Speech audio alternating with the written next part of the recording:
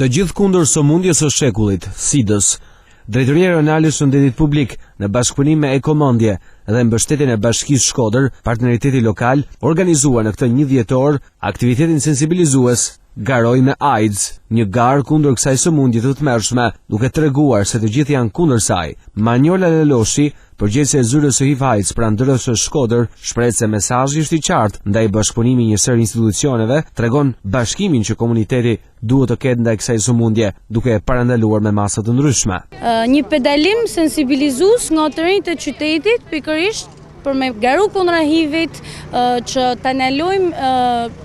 infektimin e kësaj sëmundje, ta ndalojmë përhapjen e infektimit të sëmundjes. Sot janë të ekspozuar vizatimet e artistëve të Shkodrës si dhe të rinjve të Shkodrës dhe se si e shohin ata HIV-in. Kemi edhe Kryqin e Kuq si bashkëpunëtor të përshëndetshëm për me bërë një gjë